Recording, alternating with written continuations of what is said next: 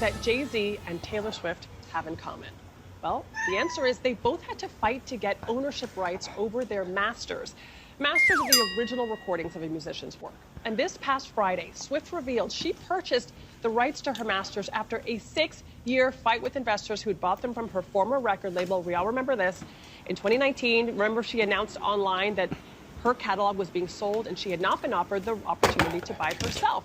So what did she do? She re-recorded new versions of her old albums so she could take back some control of her creations. So why would someone not own something that they created? And what do we know about this big deal? Here with us is Variety's executive editor for music, Jem Aswad. Thank you so much for being here, Jem. Thank you. So first, for people who are not in the industry, what does it mean to own your masters versus owning the rights to your music? Well, they're sort of two separate things. There's two basic forms of ownership with music. One is the song itself, which is publishing, and the other is the recording.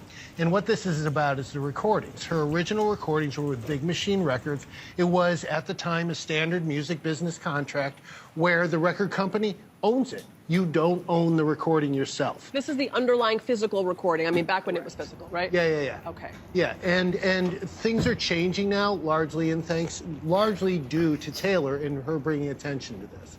So that original contract, the way the contracts used to work, you write a song, you're signed with a record label, that label owns it and then profits off of replays and sales of that song, and you get a cut based on your contract? Yeah, exactly. And it's the recording that the record company owns, not the song itself, the recording of the song. And that can generate anything from TV shows, from commercials and things like that. They can exploit it as much as they want. Now, there's a lot of gray areas in these sort of contracts, but the difference is now Taylor owns the recordings.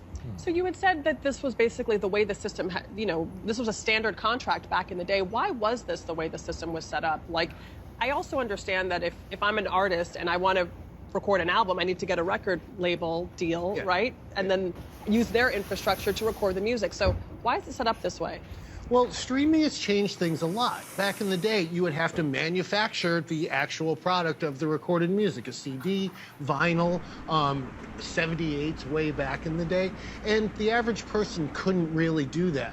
Now with streaming, you can just upload it yourself. So a lot of those walls have been broken down. You don't need the record company for quite as much. You still need it for a lot of things, promoting it to radio and things like that, because otherwise it's just really a drop in the ocean. But things have really leveled off since streaming started. So these days, artists own a lot of their original masters. Yeah.